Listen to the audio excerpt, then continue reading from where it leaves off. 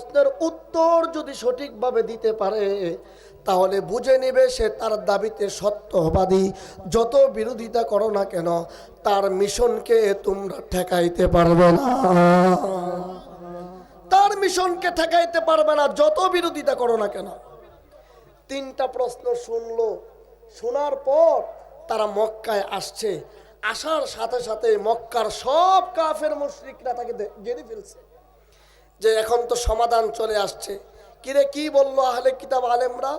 ওনারা বললেন তিনটা প্রশ্ন শিখাইয়া দিছে, এই তিনটা প্রশ্নের উত্তর যদি মুহাম্মদ দিতে পারে তাহলে ওনারা বলেছেন বুঝে নিবা ইনি সত্য নবী, মিথ্যা নবী নয়, ভণ্ড নবী নয়, সত্য নবী। ওনার দাবিতে উনি সত্যবাদী। কিয়ামত পর্যন্ত বিরোধিতা কইরাও তার ধর্মের কাজ আমরা ঠেকাইতে পারবো না। সুবহানাল্লাহ। এবার সকলেই একত্রিত হয়ে মুহাম্মাদুর রাসূলুল্লাহ সাল্লাল্লাহু আলাইহি ওয়াসাল্লামের কাছে গেলেন। যাওয়ার পর নবীকে বলতেছেন, হে মুহাম্মদ, আমরা তোমাকে তিনটা প্রশ্ন করব, এই তিনটা প্রশ্নের উত্তর যদি সঠিকভাবে দিতে পারো তাহলে আমরা নাকে খত দিয়ে স্বীকার করে নিব তোমার দাবিতে তুমি সত্যবাদী। আর যদি উত্তর না দিতে পারো তাহলে আমরা বুঝে নিব তুমি ভণ্ড নবী, মিথ্যা নবী। বলেন নাউযুবিল্লাহ। এবার নবীজি সাল্লাল্লাহু আলাইহি সাল্লাম বললেন, তাহলে বলেন আপনাদের প্রশ্নগুলো কি?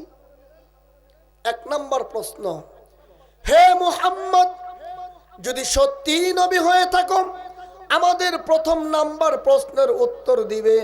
প্রথম নাম্বার প্রশ্ন হলো, বলো দেখি পৃথিবীর জমিনের মধ্যে এমন কিছু যুবক ছিল যেই যুবকগুলো তাদের ঈমানকে হেফাজত করার জন্য, ঈমানকে সংরক্ষণ করার জন্য নিজের স্বদেশ ছেড়ে, মা বাবা আত্মীয় স্বজন ছেড়ে পাহাড়ের গুহায় আশ্রয় নিয়েছিল।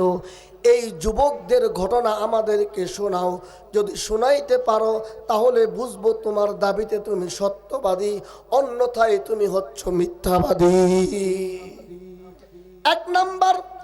দুই নাম্বার প্রশ্ন হচ্ছে, হে মুহাম্মদ বলো দেখি পৃথিবীর জমিনের মধ্যে এমন এক বাদশা ছিল যেই বাদশাটা মাশরিক থেকে মাগরিব, শিমাল থেকে জুনুব, অল পৃথিবীটা সে কি করেছে, সফর করেছে। ওই বাদশার ঘটনা আমাদেরকে শোনাও। তিন নাম্বার প্রশ্ন, বলো দেখি মানুষদের মধ্যে যে একটা জিনিস থাকে এটাকে বলে রূহ, এই রূহ সম্পর্কে আমাদেরকে কথা বলবে। রূহটা আসলে কি? যা ভিতরে থাকলে মানুষকে মানুষ বলা হয়, বক্তাকে বক্তা বলা হয়, চেয়ারম্যান সাহেবকে চেয়ারম্যান বলা হয়। আর যদি রূহটা চলে যায় সব পদবি বাদ, এখন হচ্ছে লাশ। কথা কোন ঠিক কিনা? আচ্ছা, মাইক কি গলা টানতেছে নাকি? গলা ভাঙ্গা ঠিক আছে, কিন্তু ভাঙ্গা মাইক দিয়ে তো আমার আলোচনা চলে, শুকাচ্ছে শুধু গলা। দেখেন একটু ঠিক করতে পারেন? লক্ষ্য করেন মুহতারাম হাজিরিন, এই তিনটা প্রশ্ন করছে। কয়টা প্রশ্ন বলেন? তিনটা প্রশ্ন করছে। তিনটা প্রশ্নের উত্তর যদি না দিতে পারে তাহলে এখন মিথ্যাবাদী সাব্যস্ত হবে। আল্লাহর নবী রাহমাতুল লিল আলামিন বললেন, আচ্ছা আপনারা চলে যান, আগামীকাল প্রশ্নের উত্তর দিব, কিন্তু ইনশাআল্লাহ শব্দটা বলতে ভুলে গেলেন। কথা বুঝছেন কি বুঝেন নাই? আগামীকাল আসতে বললেন কেন? সাথে সাথেই উত্তর দিলেন না কেন? কারণ হলো নবী তো নিজে থেকে কিছু বলেন না, যা বলেন সব আল্লাহ তাআলার কথা। এই কথাটা কোরআনে কারীমের মধ্যে এসেছে, ওয়ামা ইয়ানতিকু আনিল হাওয়া ইন হুয়া ইল্লা ওয়াহয়ুন ইউহা। আল্লাহু আকবার। কন গলা ভেঙে গেছে, আমার তো করার কিছু নাই, তাকদীরে মুআমালাত, কিন্তু আপনারা আল্লাহু আকবার কন, আবার কন। এই আয়াতের মধ্যে বলা হয়েছে নবীজি নিজে থেকে কিছু বলেন না, যা বলেন সব ওহী। সুবহানাল্লাহ কন না দেখি। নবীজি নিজ থেকে কিছু বলেছেন? তাহলে হাদিস যে এসেছে, হাদিস, ওই হাদিসের কথাগুলো কার পক্ষ থেকে এসেছে? হ্যাঁ, এখন আহলে কোরআন একটা বের হয়েছে। হ্যাঁ, যদি বলে কোরআন মানবো হাদিস মানবো না, তাহলে ইসলাম সে মানলো। কথা বলেন না কেন? সে ইসলাম মানলো, তার দাবিতে তো সত্যবাদী না মিথ্যাবাদী? মিথ্যাবাদী। হাত্তাকে কিছু হাদিস তো এমন আছে যেগুলো না মানলে মুসলমানই থাকবে না, সেটা কাফের হয়ে যাবে, মুরতাদ হয়ে যাবে। আল্লাহ তাআলা হেফাজত করি বলে আল্লাহুম্মা আমিন। লক্ষ্য করেন মুহতারাম হাজরিন, নবীজি বললেন তোমরা চলে যাও, আগামীকাল তোমাদের প্রশ্নের উত্তর দিব। ইনশাআল্লাহ বলতে ভুলে গেছেন। ইনশাআল্লাহ বলতে ভুলে যাওয়ার কারণে রাত্রে ওহী আসে না, জিবরাইল আসে না। একদিন চলে গেল, 2 দিন চলে গেল, 3 দিন চলে গেল, 4 দিন চলে যাচ্ছে, 5 দিন চলে যাচ্ছে, ওহী আসতেছে না, উত্তরও দিতে পারতেছেন না।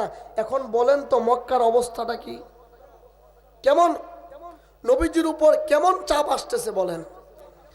এভাবে 5, 6, 7, 8, 9, 10 ওহী আসে না। 11, 12 দিন চলে গেল, ওহী আসে না। মক্কার মানুষরা যা বলার তা বলতেছে। এমনকি ওই আবুল আহাবের স্ত্রী বলে উঠলো যে মুহাম্মদের কাছে এতদিন একটা জিন আসা যাওয়া করতো, নাউজুবিল্লাহ কোন।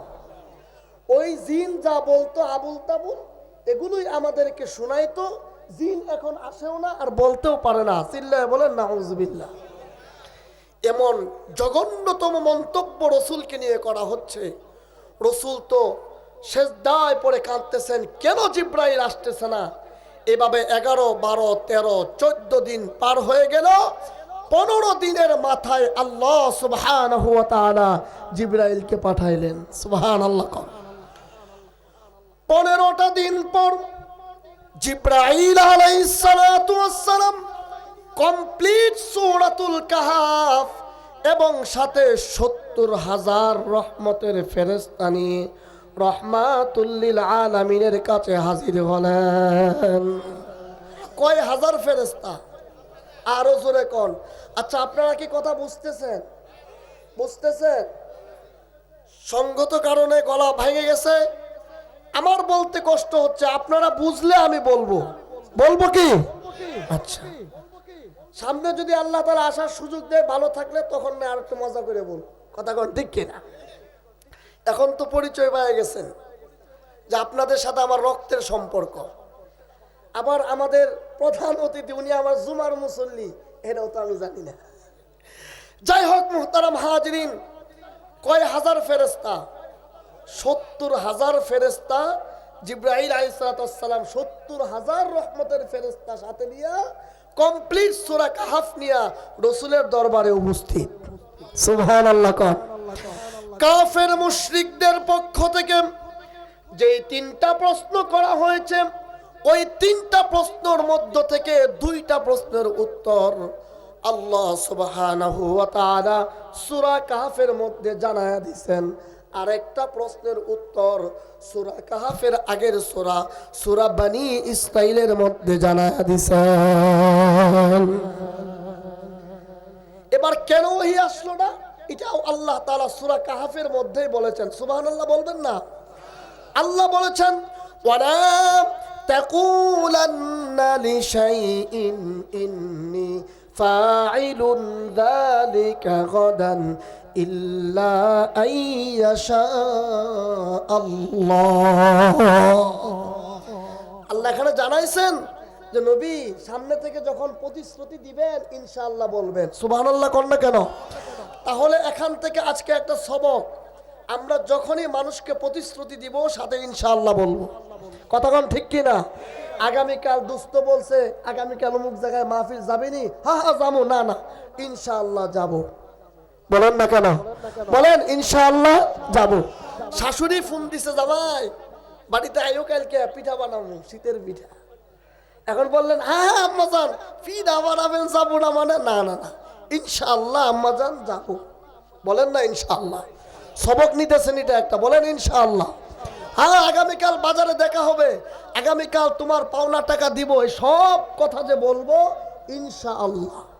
বলেন না কেন? বলেন ইনশাআল্লাহ। ইনশাআল্লাহ থাকবে, এটা সবক। লক্ষ্য করেন এবার কয়টা প্রশ্নের উত্তর সূরা কাহাফে দিয়েছেন? 2টা প্রশ্নের উত্তর আল্লাহ তাআলা সূরা কাহাফে দিয়েছেন।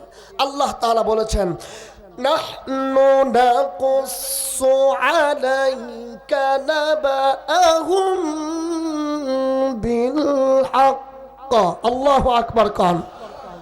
বাংলা গলায় তেলাওয়াত তো আল্লাহু আকবার বের হয় না। আল্লাহ তাআলা বলছেন, ওগো নবী, নাহনু নাকুসসু আলাইকা নাবাআহুম বিল হক।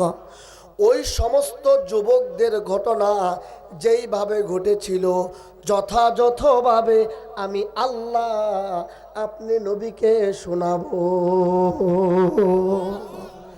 আল্লাহ বলতেছেন, নবী, যেই যুবকদের ঘটনা তারা শুনতে চাইছে, ওই যুবকদের ঘটনা আমি স্বয়ং আল্লাহ আপনারা জানাবো।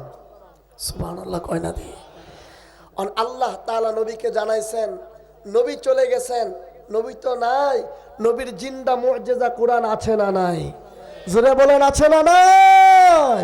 ওই কোরআন হাতে নিয়ে বসেছি আমরা, নবীর নগণ্য ওয়ারিস, আপনাদেরকে নবীর সেই কথাগুলো শোনায়া দিচ্ছি। সুবহানাল্লাহ কোন না কেন?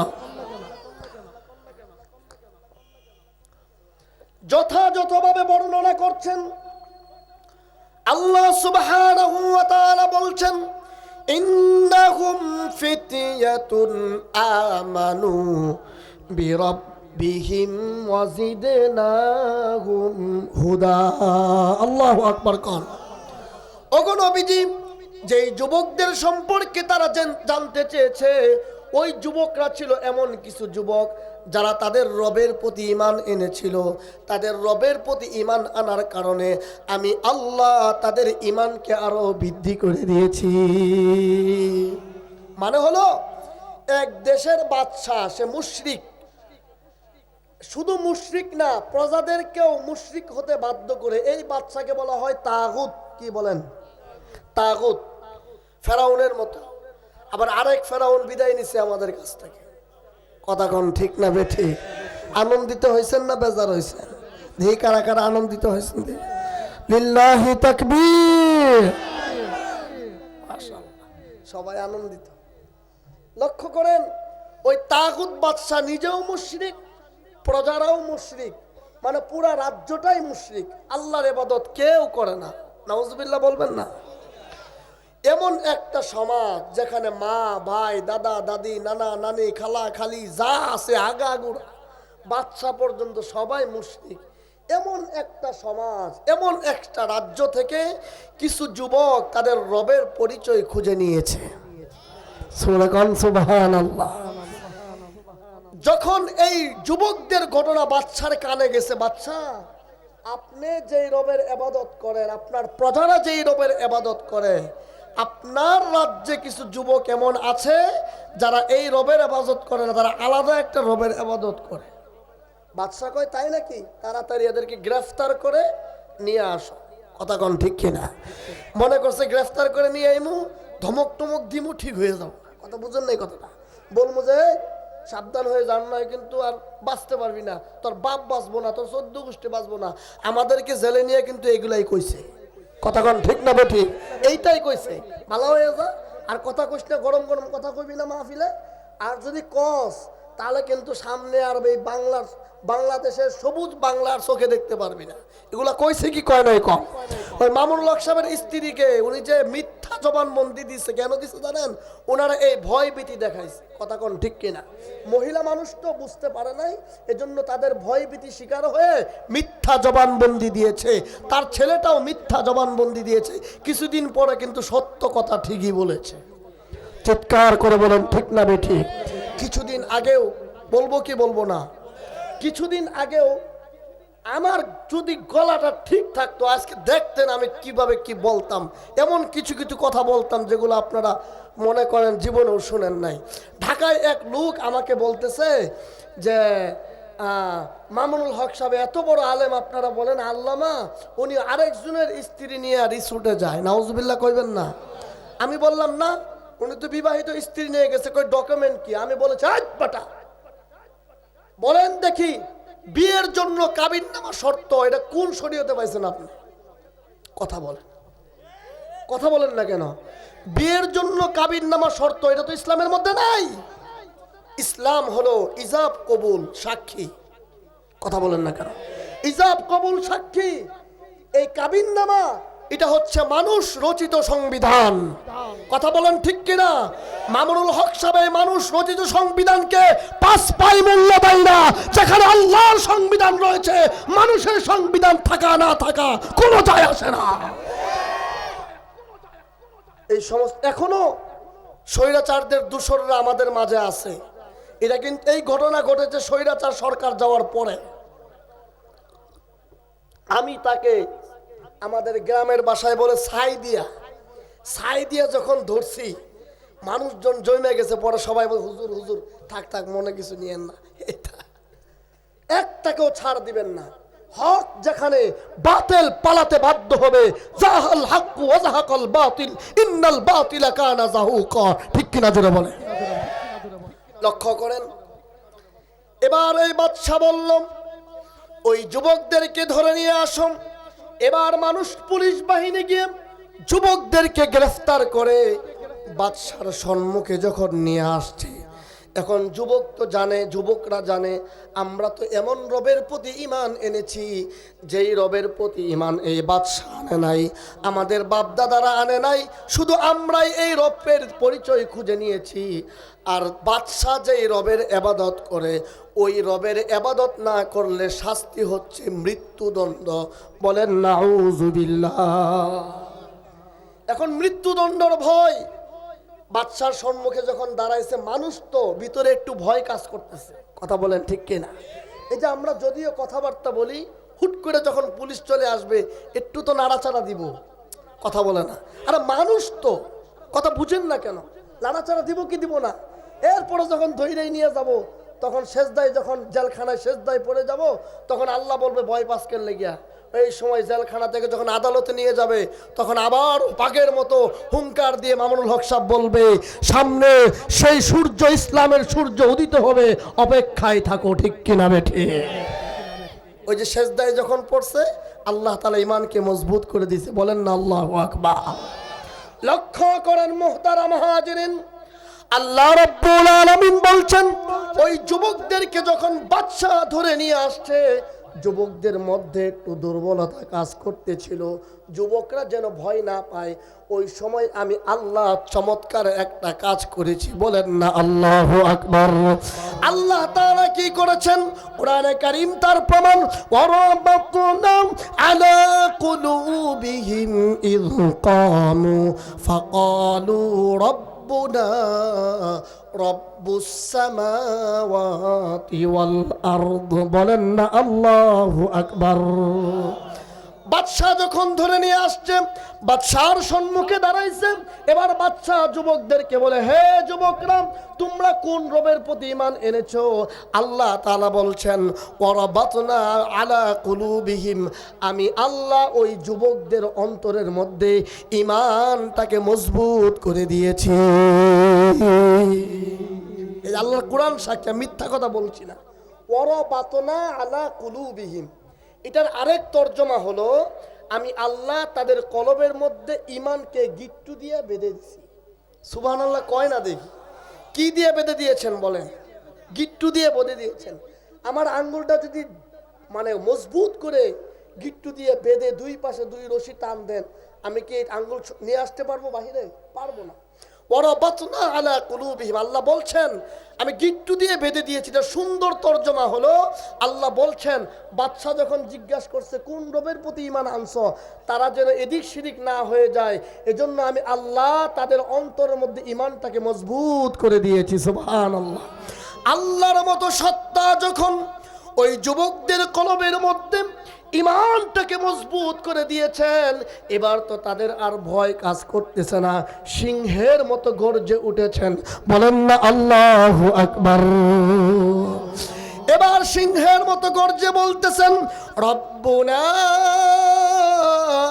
রব্বুস সামাওয়াতি ওয়াল আরদ। বাদশা জানতে চাও কোন রবের প্রতি ঈমান এনেছি?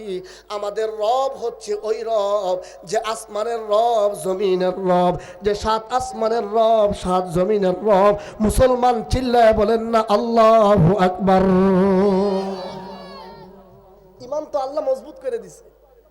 লক্ষ্য করেন, সংক্ষেপ করছি, বাদশার সম্মুখে এই কথা বলে এবং পরবর্তী কথাটাও বলে দিলেন, বাদশারে যত হুমকি দামকি দেও না কেন, লান্নাদুআ মিন দুনিহি ইলাহাল লাকাদ উল্লা ইদান শাতাতা, কোন হুমকি ধমকির মুখে পড়ে ওই রবকে বাদ দিয়ে অন্য কোন গায়রুল্লাহকে আমরা রব হিসাবে ডাকবো না। সুবহানাল্লাহ কোন না কেন? এলা বুঝেন ইমানটা কেমন মজবুত হয়েছে। আল্লাহু আকবার কোন। প্রধান বক্তা চলে আসছেন, আলোচনা তো শুরুই হয় না। বুঝছি আপনারা মনে করছেন ভাঙা গলা তো দরকার নাই, প্রধান বক্তা দিয়ে দিই, দরকার আছে। লক্ষ্য করেন মুহতারাম হাজিরিন, কিন্তু এখন দেখতেছে আলোচনা চলতেছে আর গলা আস্তে আস্তে ছাড়তেছে, কথা কোন ঠিক কিনা? এই কথা বলেই ক্ষান্ত হলেন না। নিজেদের অস্তিত্ব নিজেদের কথা বলে এবার তিনি ওই জালেম তাগুত বাদশার সম্মুখে দাঁড়াইয়া তাগুত বাদশা এবং ওই রাজ্যের মানুষদেরকে লক্ষ্য করে কালেমার দাওয়াত দিতে শুরু করেছেন। বলেন না সুবহানাল্লাহ।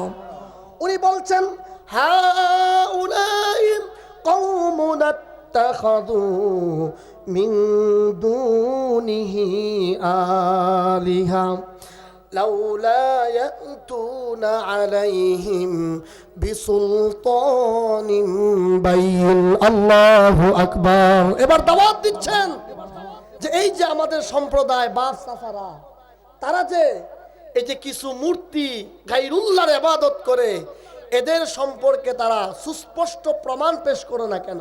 সুবহানাল্লাহ বলবেন না? আমি মেহমান চলে আসছে, আপনারা চাইলেও আমি লম্বা এখন করতে পারবো না, এজন্য আমি সংক্ষেপে শুধু এই কথাটা শেষ করে দিচ্ছি।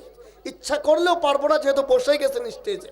লক্ষ্য করেন, সংক্ষেপ কথা হলো, উনি যখন এইভাবে কালেমার দাওয়াত দিলেন, এবার বাদশাহ বুঝতে পারলেন যে এদের ইমানটা কোন পর্যায়ে গেছে। একেবারে সংক্ষেপ উনি বললেন, তোমরা তো যুবক মানুষ, বুঝতেছো না, তোমাদেরকে কিছুদিন সময় দিলাম, ভেবে চিনতে উত্তর দিবা, ভেবে চিনতে সিদ্ধান্ত নিবা। যদি সঠিক সিদ্ধান্ত নিতে না পারো তাহলে কিন্তু শরীর থেকে গর্দান আলাদা করে ফেলবো। নাউজুবিল্লাহ বলবেন না? এবার তাদেরকে ছেড়ে দিলেন, ওনারা বাহিরে আসলেন। আসার পর পরস্পর পরামর্শ করে যে আমরা তো কিছুতেই আল্লাহর প্রতি ইমান এনেছি, ইমান ছাড়তে পারবো না, ইমান ত্যাগ করতে পারবো না, কারণ ইমানের সাথে তো কোনো সদাই চলে না। কথা বলেন ঠিক কিনা? যদি খ্রিস্টান মিশনারিরা আপনাদেরকে বলে, হে শেরপুরের ভাইয়েরা, আপনাদের কোন একজনকে যদি এই অফার দেয়, আপনি যদি ইসলাম ধর্ম ত্যাগ করেন, গোটা দুনিয়ার মতো একটা দুনিয়া আপনাকে দিয়ে দিব, কথার কথা এমন অফার যদি করে, তাও তো আপনারা বলবেন ইমান ছাড়লে তুমি তো গোটা দুনিয়ার মতো একটা দুনিয়া দিবা, কিন্তু ইমানের সাথে তো এটা মিলল না, ইমানের ওজন তো হইল না। কারণ ইমান তো এমন ইমান, এমন রবের প্রতি আমরা ইমান এনেছি, এই ইমানের কারণে আল্লাহ তাআলা